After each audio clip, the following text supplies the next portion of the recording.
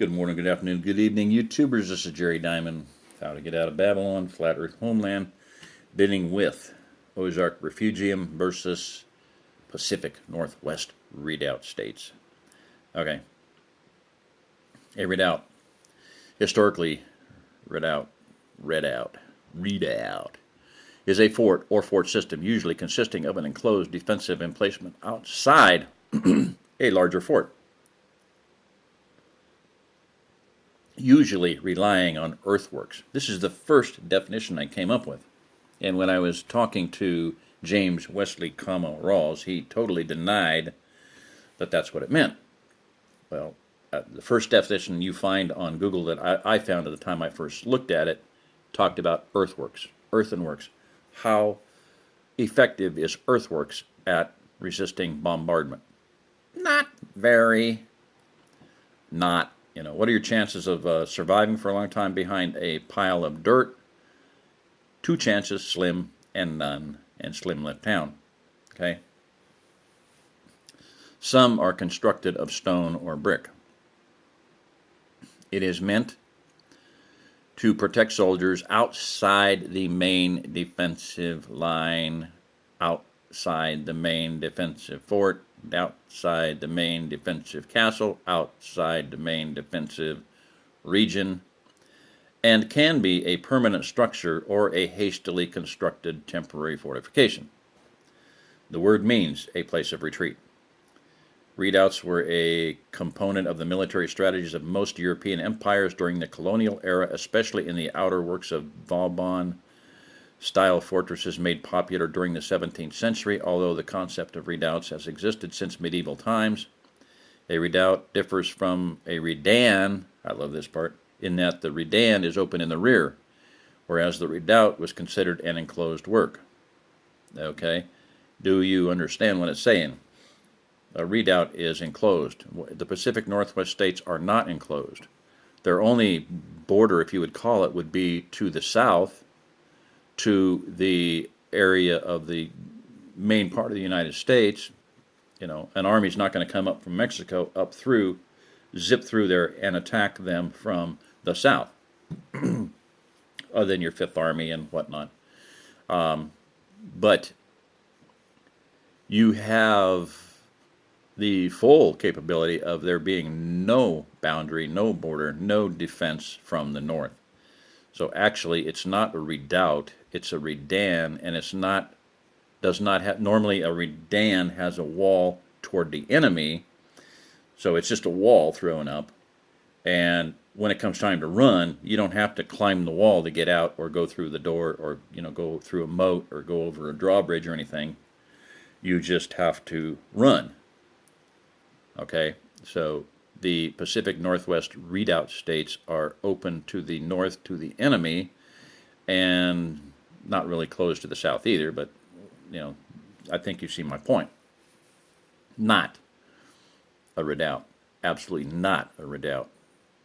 Now, they talk about it, the phraseology we'll go into here in a little while is a national redoubt, and that's basically what they're proposing, is that that is the national redoubt. That is the place for everybody in the country to go.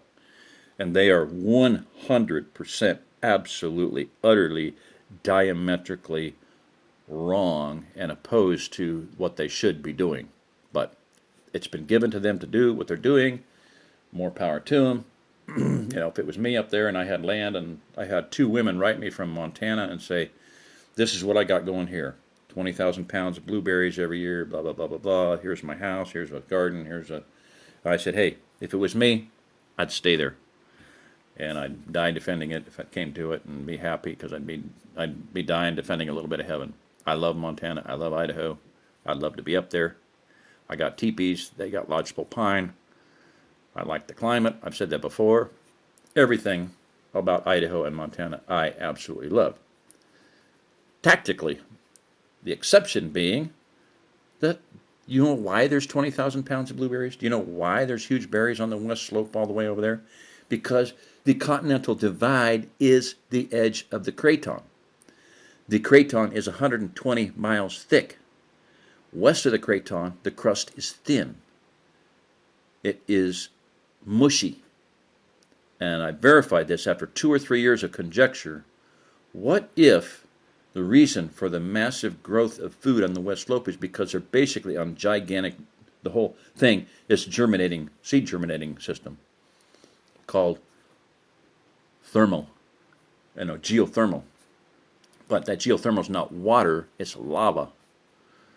Look where the magma chambers, plural, from Yellowstone go. They go to the southwest and to the west.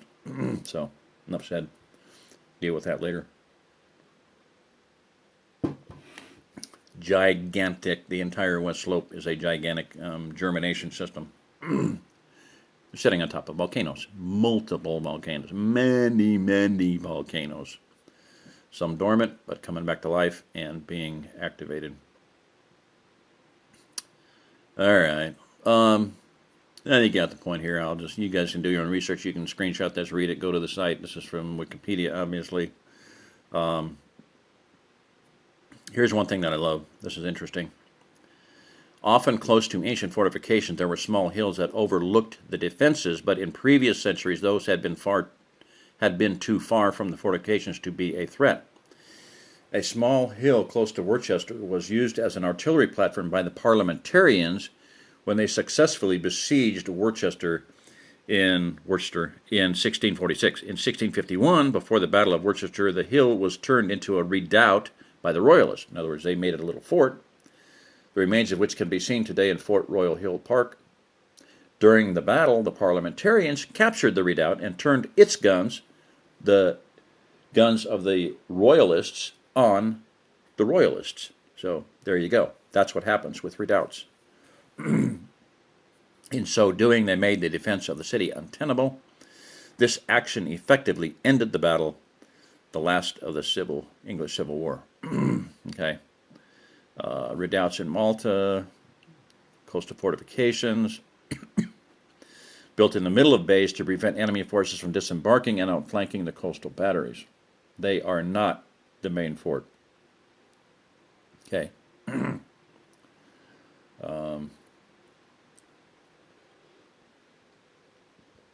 11 pentagonal ones in the French colonies, few semicircular ones, rectangular ones were built.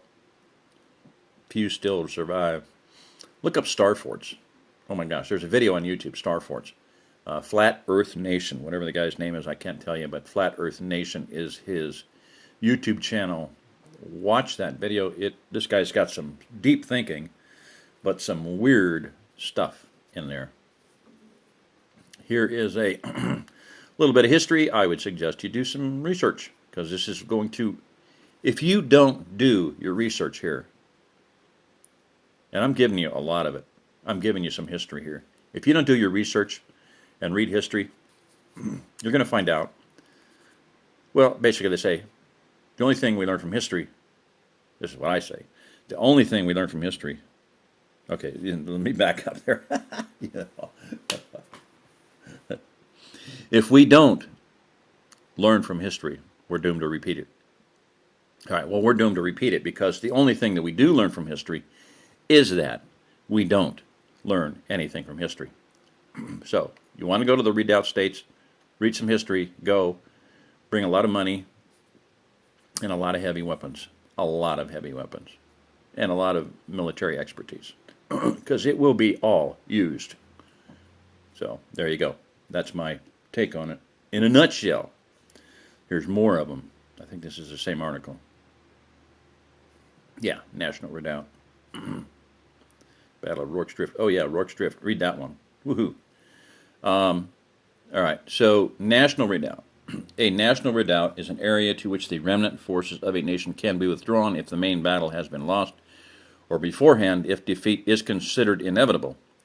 Typically, a region is chosen with a geography favoring defense, such as a mountainous area or a peninsula, in order to function as a final holdout to preserve national independence for the duration of the conflict. Read George Washington's vision, people.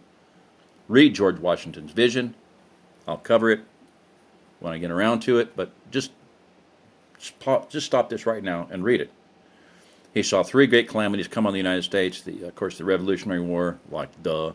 You know, this was supposedly during the Valley Forge winter of Valley Forge. Maybe it was real, maybe it wasn't. but it smacks of reality. Maybe it was an angel of light, don't know. But civil war, brother against brother fighting. And then in the end times, he saw our country invaded from both coasts and both borders, and the inhabitants of the land were well nigh overcome, and they were driven inland into a wedge-shaped pattern. In some versions of it, it says wedge-shaped pattern, quote unquote. The inhabitants of the land were driven inland, and there are Russians here, for crying out loud. Russian Christians here in the Ozark Plateau building deep sea-going vessels for quite a while, barges and tugboats that they shipped to China. They were so good. And they're here because they believe in their personal prophecies in their groups that the ocean levels are going to rise and they have to be inland and to higher ground. Are there other places with higher ground? Sure, a lot higher ground. But not inland, and not where you have like-minded people that are going to keep you safe because you're surrounded with good people who are growing food. That does not apply very many places in the world. Okay? An outwork, detached field work, defending a pass, hilltop, etc. A temporary defense work built inside a fortification as a last defensive position. Sorry. So, and that's, my voice, you can hear my voice is going and blah, blah, blah, but, usually a roughly constructed fort or outwork of varying shape, commonly erected for a temporary purpose without flanking defenses. Oh boy, what do you got to the west? Liberal and massive amounts of Russian troops. What do you got to the north? Massive amounts of Russian and who knows what all kinds of troops. I don't remember them all. You have got Gurkhas, the most deadly and well-trained high-altitude mercenaries in the world throughout the Rockies. I mean, hello. It's like nasty, nasty, nasty situation. To dread fear. Anyway, and the other thing I wanted to say was hastily constructed, last minute. Okay, the idea, one of the people that moved up there, Chuck Baldwin, and of course he took his whole flock, or his following up there with him. A lot of people went there with him. From one day to the next and from 1 week to the next, he didn't know where he was going to do. They wanted to take over South Carolina. And they wanted to take over Vermont. And they're going to, we're all going to move there and we'll take over the whole state, I mean, for 1 week or year to the next, he had no idea what he was doing. Same thing with probably James Wesley, Rawls. Oh, look at that. They missed the comma there. But just to say that this is a last-minute idea. I had this idea 30 years ago. This was 30 years ago for me. I grew out of it, like I said, I'd love to be up there, but it's not a tenable position, not a holdable position by any means. Not militarily, not geographically, not economically, not anything, So anyway, I think we've kind of beaten that one in. But the point being is, it's like as if, okay, here's my analogy. 2 teams make it to the Super Bowl. So Team A is, who cares what, I'm at the San Francisco 49ers, and Team B, I'm from Denver. Let's say the Denver Broncos. Well, let's say the 49ers are at their peak, Joe Montana, all that good stuff, or Steve Young or whoever their best quarterback in history was. And let's say the Broncos decide the week ahead of time, at the last minute, to change their quarterbacks, and let's say, well, somebody gets pissed off at John Elway, so they take Elway out and they put in a rookie. Okay, and they change the defensive strategy, and they change the offense, and they're going to go with a bunch of little receivers, and they're going to run them all over and do a Fran Tarkenton type of offense instead of a stand in the pocket and fire long bombs John Elway approach. So that's what you got going there. That is what's happening with the American Redoubt States, is a last-minute, hastily thrown together no, very little forethought put into it, very little strategy. Well, I'm sorry, no strategy whatsoever. All tactical, good tactical, a lot of good tactical people there, but that's it. And tactics is not going to carry the day. I guarantee you, it's not going to carry the day, and it's not going to bring about victory. So it'll be a buffer. It's be a large area there. It'll be difficult for the Russians to come through. But hey, they're already here on the west, and they can pour through here. And plus, you've got all the Islamics over here coming over. So you could get hammered from the west. You can get hammered from the east, hammered from the north. And then you're going to flee, and they're going to flee south. They're going to be driven inland, and there's just not much there to do. So that is, I'm going to pause it there. This is Jerry Diamond. If you're listening to this, you are the remnant.